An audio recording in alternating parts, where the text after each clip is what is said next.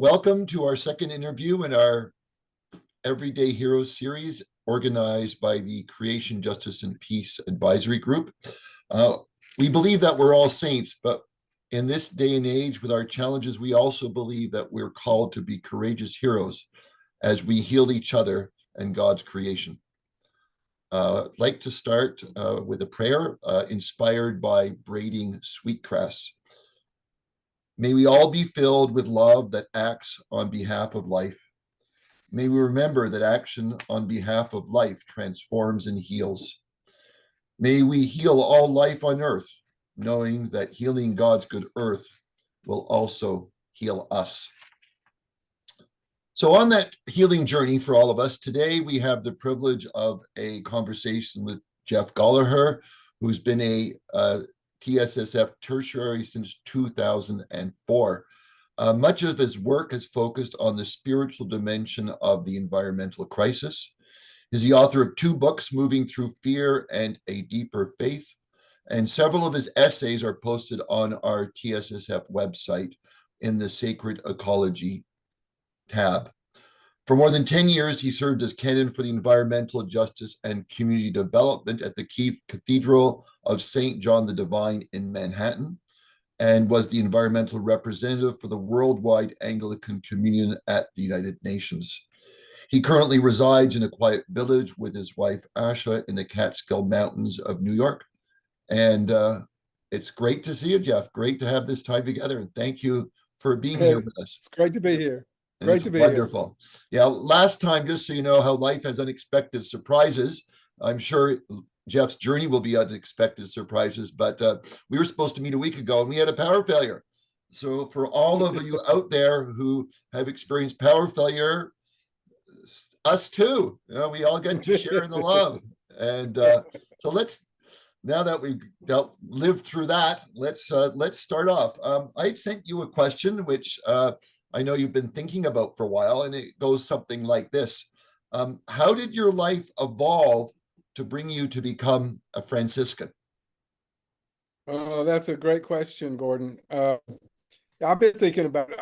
I'm going to tell a little bit of my life story to answer you, and it's going to seem a little circuitous, but it's not. It's just the pretty direct path for the way how our lives go, the way our lives work out. Anyway, when I was raised in Western North Carolina, that's Southern Appalachia, the place that was recently hit by a hurricane, and but anyway, my first 18 years of life were there, and when I was really little, growing up in our house, I had a mom and dad and a sister, and little sister, and I basically had 3 rules in the house, and that was always tell the truth, never say bad things about other people, and be home by 5 o'clock. And that was that was pretty much it. So this is very rural, and I love to be outside. I mean, I was outside all the time. So that's in part the rule about just be home by 5. And so I was given a lot of freedom, to explore and walk and go wherever. And I would, sometimes be a mile or 2 away from home, and anyway, I could go into that too, but I won't. But it was a small, tiny little town with just a couple of stores. On Sundays, we went to a church. There was a Baptist church there, and never missed. That was. It was. I can't say that my mom and dad were very religious in the outward sense, but you just always went to church. And one Sunday, I heard there was a guest minister who came that gave a kind of a little bit of a hellfire and brimstone sermon, which I'd never heard anything like that before. Mm-hmm. And it was very us versus them. I kind of remember it in terms of local politics these days too. But anyway, it was an us versus them sermon, and I really did not respond to it well at all. Mm-hmm. And I had never heard anything like that, and nothing like that was ever said in my house or anywhere with my family. My grandfather and great grandfather and mother, and we all lived right there. and it was just not the way life worked. So what happened as a result of hearing that sermon was that I withdrew into myself for several days. Just By the way, I knew I how old were you at the time, Jeff? at that time I was probably, I'm not sure that I was even in school yet. Oh And my gosh. yeah, I was little. Wow. It was, Okay. much earlier than high school, Yeah, well, it sounds more like a teenage angst kind of thing. Yeah. Well, this was kind of like that, but earlier than teenager. Yeah. Okay. And it bothered me because okay, so what happened was apparently I didn't say a word to anybody for several days. And my mom knew something was wrong, and she had a suspicion what it was because she was there with me when that sermon was given. And she, we drove home in the car, and she knew I just stopped talking. So she called another minister, like old wiser man in town. His name was Preacher Morris. And she asked Preacher Morris to come by the house and talk to me and Oh, find out what was going on. So he drove and he came and got me. We got in the car. We drove around the sort of just across the mountain a little bit to the local graveyard, which was the quiet place, meditative place to go. right. And he stopped the car, and we sat there and looked at each other, and he said, Jeff, this is, your mom told me that you haven't spoken since that service. And is what happened? Are you okay? And with him, I didn't hesitate. I just told him. I said, Yeah. I don't believe one thing that minister said from the pulpit. I think he's wrong. I don't think God is like that at all. Right. None. And he looked at me with his eyes were kind of big, and he looked at me and he said, Jeff, he said, I think you're right. And he said, all I want to say to you is always think for yourself and make up your own mind. And yeah, and we talked just a few more minutes, really. And he could tell then that I felt okay. And Wow. so he took me back home and walked me to the front door and told mom that we had a good talk and everything was fine. I could say whatever I wanted to about it if I wanted to at dinner. And I did. I told him. Right. And that changed the course of my life right there. That doesn't sound very Baptist. When I think of the Baptists No. I know, they would be more on the fire and brimstone end of things. Well, I think they mainly are, but my mom knew this older, wiser person. And that's why she Yeah. called him. Yeah. Yeah.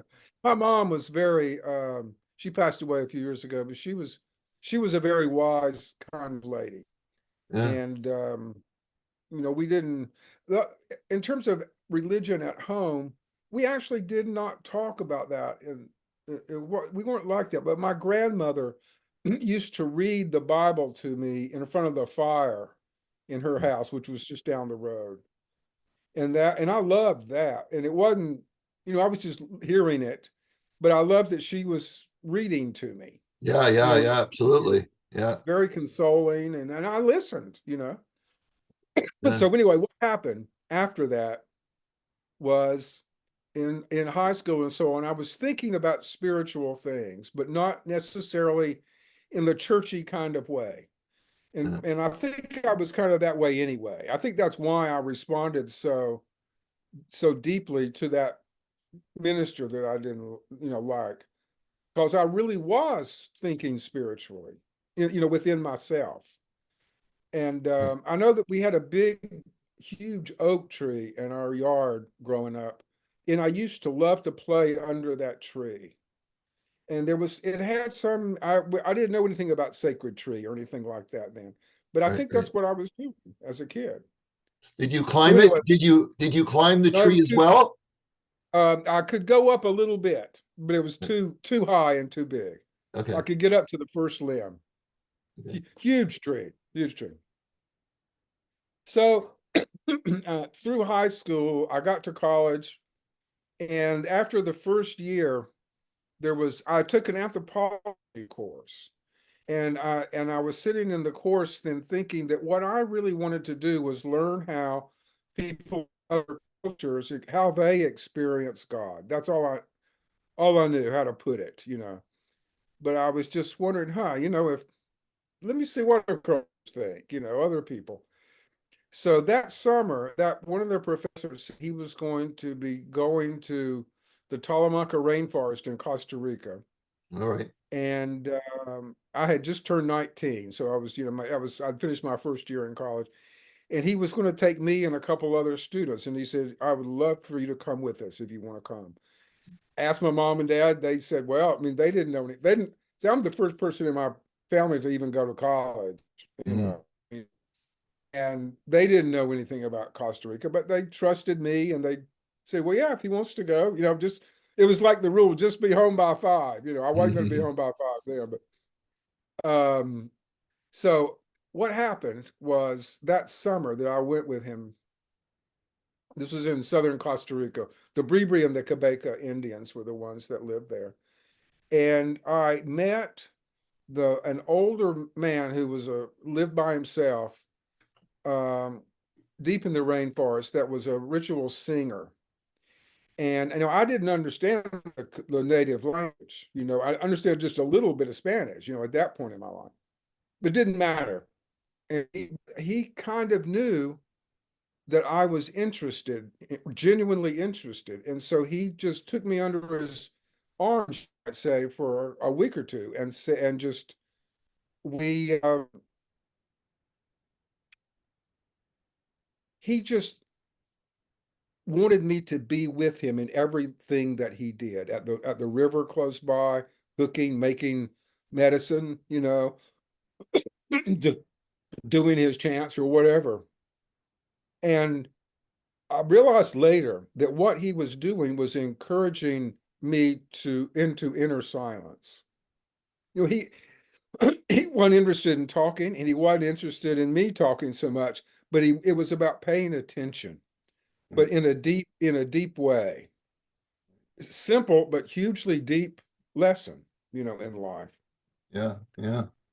And that had a big impact on me, that time spent with him. His name was Don Eduardo. Right, And he was old then. I think he was the last of the line of the ritual singers back then. This was, you know, 50 years ago or so. right. How long were you in Costa Rica for, by the way? That time it was like a month, and then Right. I went back the next summer, and then I went back several times after that when I went into graduate school. Then I went to graduate school in anthropology. Okay. I studied first. My master's degree was in a department of it was kind of earth science more than Right. cultural anthropology. And I studied with climatologists and geologists and anthropologists and geographers. Um, Mhm. and then and then I went back to several places in Central America at that time. And then for my doctoral work, I and I studied with people that were it's called the field of semiotics is the study of cultural meaning. And I studied with two people that were European who had been, that field kind of emerged out of the resistance to the Nazis and propaganda decoding during the 20s and the 30s. Umberto Eco, a writer who wrote the book and the movie, The Name of the Rose. Oh yeah, yeah, Um, yeah. Umberto Eco. I read the book. It's a great yeah, book. he was a semiotician, and I studied with him one summer actually at the University of Toronto. But my major advisor was named Madeleine Mathieu. She was French, and what she was doing, it was like now we call it decolonization. You know, where you try to decolonize learning. Right. And with her, that was anthropology and linguistics. The question really was, you know, how do we know? Like if I'm talking to you or I'm talking to someone else, and then I make the claim that so and so thinks, you know, that this is what he thinks. How do we really know that? Mhm. You know, and it cuts pretty deep in like in terms of epistemology. You know, how do you know what you think you know? Right. And but that was the key for the people that were resisting the Nazis, because there was so much, propaganda and, the Hitler talk and all of that, us versus them kind of stuff. Yeah. And it's, I won't say a whole lot about that now, but it was that studying with her and her husband was a great thing for me, because it gave me an opportunity to look deeper into my own inner silence, and my own conscience, you might say, while I was doing analysis. And while I was doing that, then experienced a very deep, lengthy spiritual transformation time. It was very kind of Eastern, and it's called Kundalini in the East. Right, right. And And once that again, was there a happened. trigger? Was there a particular trigger for that? Well, yes, in the sense that I mean, a lot of the things in my life prior to that were all coming together. But then one morning in the shower, Right, I was taking a shower in the morning before I went to school, and the water was hitting my head, and I kind of gently collapsed in the shower right, as the energy in my body was shifting quicker than right, my body could handle. right. And how old were you at the time, Jeff? Well, at that time, I must have been in my 30s. Okay, I'm not good with something like that. right. Early 30s, probably. And Yeah. you're not a priest or anything like that. You're not in the church. Oh, You're not doing anything yet. no interest in the church whatsoever. Interest in God, yes, and the sacred, yes. But I just Right, wasn't. I just wasn't. I didn't dislike the church. I just wasn't interested in it. You know. right, And I so when that started, it took me 6 months to work through it. It was very deep, and I mean, I had a lot of waking dreams, and I went to see a therapist about it. I yeah. told my major advisor, Madeline, this is what's happening. And she kind of understood what was going on, actually. And she said, well, just do what you need to do. And I said, I think I'm going to see a therapist. Would you recommend that? And she said, well, whatever you think. And so I did go to see one. And I went to talk to him a few minutes. And I realized that he was not going to know how to help me. He Right. was a good man. But I called my advisor back, and I said, he in a way, he kind of needs therapy more than I do, in a way. And he was a Yeah, good they person. do say that I have a couple of friends who became therapists because they needed the therapy. Yeah, actually. Well, this is probably, I don't think I wasn't being critical of him, but I think that was probably true. Right, So right, anyway, it was like about 6 months. No, but no, excuse me, about 4 months it took to work through that. And it ended one morning as I woke up, literally as I was waking up and sitting up in bed, and there was an experience of the tree of life. I mean, there was like darkness, and then moving through darkness, and I could hear the dove descending. I could hear wings flapping, and then there was the tree of life. And I'll just tell you what the voice. There was a voice that said, "Do not be afraid. I love you." yeah, And then in a few minutes later, it was over. right, And then and I knew it was over. I said, "Okay, I'm home. I found home in a way." right, yeah, And the next morning I called my advisor back, Madeline, and I said, Madeline, I said, I'm your doctoral student. And here I missed a whole semester of classes. And I've enrolled in 3 graduate classes, and I haven't gone to class. right. And she said, Jeff, she said, I've already taken care of this. She said, you have learned more than we would be able to teach you in the classroom, and you're going to get all A's in your courses. Oh my gosh. Now this must have been more like the 60s or 70s or something like that when they This would was do the eight. something like that. This was the 80s. Already still, well, they were still able to do that. That's This would have been about in the early 80s. okay. Yeah. Yeah. And Madeline was pretty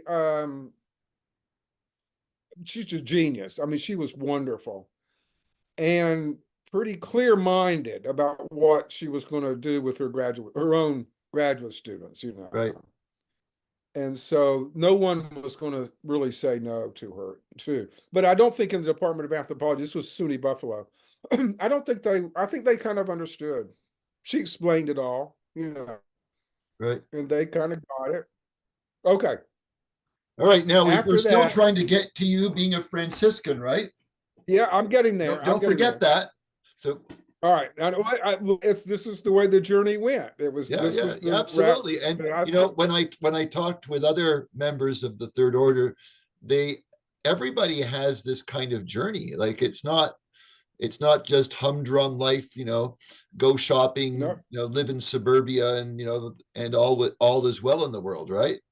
Uh, oh no, no, but no, but no, definitely there not. have to be you have to be open. My last chat was also like, what makes you open to that kind of experience? Because I mean, I'm convinced that it happens to everybody, but we just don't notice or refuse to admit to it or deny Right. it or something like that. But you were open enough to accept that, right? So what Yes, oh, about definitely. you made you, that noticing where other people, it's there, but they're blind to it. Yeah. Well, I tell you what, I think in my case, I want to come back to what I did after graduate school, but I think in my case, it literally was the influence of my mom and dad, especially my mother. And these were just very, very honest and genuinely hospitable, open people. Right, And that's just who they were, right, and not to be that as I was growing up, was just not allowed. I right, mean, I was not allowed judgmental about other people. right, This wasn't That was considered to be sinful, thou right. shalt not judge, or that kind of thing. Yeah, We didn't discuss it in religious terms, but that's what it was. That's what it came down to. right. All right, so after graduate school, no, not after, but for my doctoral research, I went to the Isle of Iona in Scotland. It's a pilgrimage site. Right. Lived there for a year and a half actually, and was studying pilgrimage and as as quest and protest. And it Mhm. helped me understand how people in religion, in the churches, as pilgrims were also like a lot of us, I think, were it was a spiritual quest, but it's also a kind of protest against the injustice of the world. We'll say more about that, but Iona was a very sacred site. It's a small Yeah, island, and it was a gift also to be able to live there. I yeah, used to meditate flat on my back out in the pastures, and there's something about that site that's just emanates, the yeah, something very deep. yeah. I'm Okay, a chaplain. That's very good. But there's members now who I know because I'm a chaplain who do the same thing. They go and live in Iona for 6 months, and yeah, they say it's just like this. There's something about it that really works on it their is. souls. It is. It definitely does. Um, so after that, I finished my doctorate, and I pretty quickly go to seminary. Actually, I mean, there was a big shift, Yeah, and I can't quite explain it, but it was okay. I need to be an Episcopal priest, and the Anglican Church is going to work for me because of the basic doctrine of faith, reason, and experience as the kind of the pyramid like foundation of the Anglican Church, Episcopal Church, yeah, faith, reason, and tradition. And I thought, well, if I can work within that, in other yeah, words, I'll be able to think for myself and make up my own mind right, and still be a priest in the church. right, And that was true. That has basically been true. I mean, sometimes, I've not agreed and gotten into a little trouble here and there with a bishop or so and on, but it was still true. My first job after seminary was while I was in seminary, I was hired by Paul Reeves, who was the Archbishop of New Zealand and was the first Anglican observer at the UN. And he was setting up the office, and he hired me to be his environmental staff person.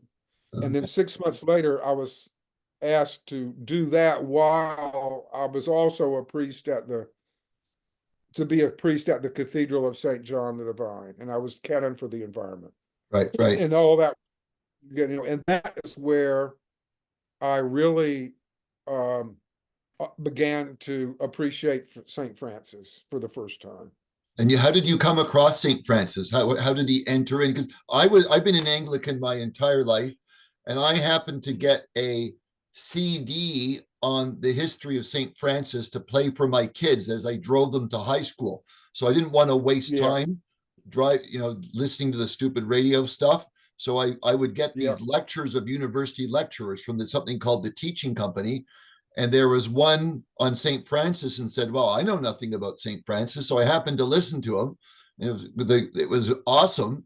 And at the end, it mentioned that there was an Anglican third order, and that's Yeah. how I found out when I was, 50 or something like that, because, I had no idea. So how did you hear about, St. Francis and the third order within your Oh, path? I heard about St. Francis the first time when I was in seminary. There Right, wasn't a course on St. Francis, but right, I knew enough about ecology because of my work in anthropology, right? right, And I knew that there was something about St. Francis that was important to the emerging global appreciation of Mother Earth. right. And that was beginning, during all those years. But I hadn't really delved into it myself much. I got to the cathedral. And then within a year or two, part of my job was to help put together the Feast of St. Francis Day, which at St. John the Divine was a huge big deal. That was their St. Francis Day. We had a draft walking into the cathedral down to the high altar and other Oh, animals, and it was wonderful thing. okay. So I'm working for the communion then, going to UN meetings around the world and writing and so on. And my appreciation, I'm beginning to hear about the third order. And Right, I had met Masood, who was at Saidullah in our order, in the same diocese. We became friends. And then I went to a couple of meetings and started to get really interested. And then what happened was I was asked to give a talk at a UN meeting in Rome on biodiversity, and I decided to go visit Assisi. I took a few days off from the UN meeting, took a right. bus, went up to Assisi, rented a room, and went into the basilica. It was in the wintertime. Went to the basilica. I was the only person there, and I go to Francis's tomb, Yeah. and I sit down to do my meditation. And I don't know how to describe this exactly because it's beyond words, but it was like this presence of St. Francis touched me. And within myself, I heard the voice say, "What are you waiting on? Get on with it." Right. And it was a loving, but also very, very direct. And I stayed there a few more minutes. I was in tears. I mean, uncontrollable tears. I don't mean like, you know, wailing, but I could not stop the tears. And I went back to my room, and basically cried all night. Huh. And it was releasing. It was just like a cleansing. Now, Like is there this was like not these are tears of like more like in the direction of joy or direction of sorrow? both. Oh yeah. It was like a spiritual bathing that was going on. Okay. That he, that whatever happened in the basilica, it kind of, pulled the plug within me that let me release years and years of frustration or grief or whatever about anything and everything. Whatever, it's just our lives as people. Oh yeah. It wasn't Yeah, like yeah. there was anything really bad. There wasn't anything specifically that I had been pondering about, or anything like that at all. But that's what happened. And it was like I started to appreciate the whole thing about penitence in our order, which is not exactly the way it's usually understood. It goes deeper. Uh, And so after that happened, I went back to Rome, went back to the meeting. I met a anthropologist friend there. I was still working with him. His name is Daryl Posey. He won one of the major awards for environmental bravery for this work in Central America with the Kayapo. And he and I had been friends for years. And he and I had worked together to put together the vision statement for the UN's Biodiversity Convention. yeah. I Has had written, I has had, has I becoming a Franciscan helped with the in terms of being more at peace within yourself about your place in the world? Has it yeah, helped in that way? yeah. As soon as I got back to the meeting, I told Daryl what had happened. He understood. And I went back and then began the process of becoming a Franciscan. Right. And that was like, oh, I get it. It's like I get it. This is the path that am meant to take. How did it help you feel more at home in the world and in your spiritual life? What did it contribute to your pilgrimage? Because what I'm hearing is like your life is a pilgrimage. That's what it feels like to me. Yeah. Well, for me, the being a Franciscan is like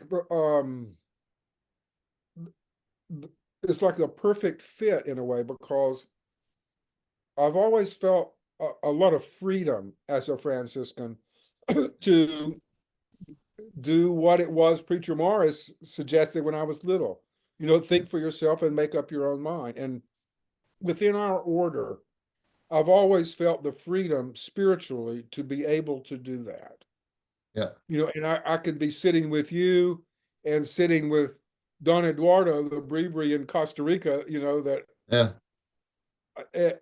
and be having the same kind of conversation. Yeah. Yeah. you Yeah. know Yeah. Sometimes in the church, in the institutional part, like in the academy, like in the university. I mean, there can be a tendency to sort of force people to think in a certain way, like you Yeah. must think this way if you want to be a member of this department or this religion or whatever. And I am just not like that.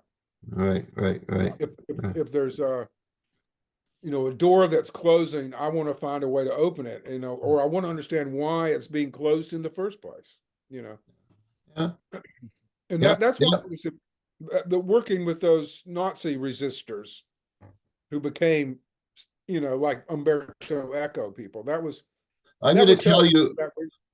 you, we've only got 4 minutes left, Oh, so I'm I'm sorry. going to Okay. I'm going to tell you a joke because you mentioned that Nazi resistance stuff twice now, and just Yeah. for you to ponder. Okay, so I Okay. was a teacher in my former life, so it's sort of like homework in a way. And then I'm going to ask one quick question because our time is Okay. going to be up. Okay, Okay. and the joke goes like this: Soviet Union has fallen apart. It's like 1992 or 93. And there's a couple of guys flying back from Moscow to Washington. One's an American and one's a Russian. And the American turns to the Russian, as they're flying to DC, and he says, "Well, why are you coming to the US?" And he says, "Well, I'm coming to learn about your propaganda, because it's like a lot better than ours. And the Yeah. American looks at him and said, like, "What do you mean? What propaganda?" And the Russian says, "Exactly." Yeah. All right. Yeah. Anyway, so I get that's it. just That's food for it. thought. You That's know, it. That's right. you know, it's what you don't know that bites you, right? The stuff That's right. you don't know bites you, right? That's Anyway, that's exactly just right. food for thought. So, last question Yeah. is that now you're within the order. Your page on the website is Sacred Ecology. So, Yes. what in particular could you say about sacred ecology for our third order members that they can, how in a way that they can make it maybe a little bit part of their journey as well? All right, those words sacred ecology actually come from a French philosopher named René Dubos, Dubos, who had a huge impact on our thinking about the world situation starting in the 50s, 60s, 70s. French philosopher, hugely involved with the UN and so on. But he really brought a holistic vision to the Western thinking and helped us to sort out what that was going to be like philosophically and theologically. And his family actually in France helped pay for a lot of my work at the Cathedral of St. John the Divine my first few years there. And so I've always, he was also the person who came up with the phrase, think globally, act locally. All right. Yeah. Famous one. Very famous. That's René Dubos. That's Wow. him. Okay, so but the key behind it is that we are not separate from God's creation. We are part of. Yeah. In the Western world, like we use the word environment as if it's something separate from us. It's out there. It's separate from us in some way. And that's a very misleading kind of propaganda, actually, that encourages us to exploit, sometimes to destroy. But we are part of, it's not separate from. And so as in the West, in order to solve the spiritual, ecological, climate, political, us versus them kinds of falsehoods that we have learned as propaganda in our culture, right?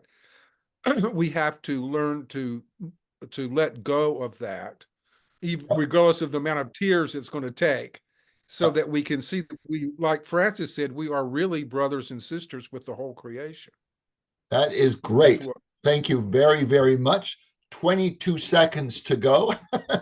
And so that is a great answer. I hope that will touch everybody's heart and they will become part of the journey. In the meantime, I want to leave us in a quick prayer and say, bless us, Lord, as we take leave today, to take your passion with us, fan the flame as we are part of that we've had together. Amen.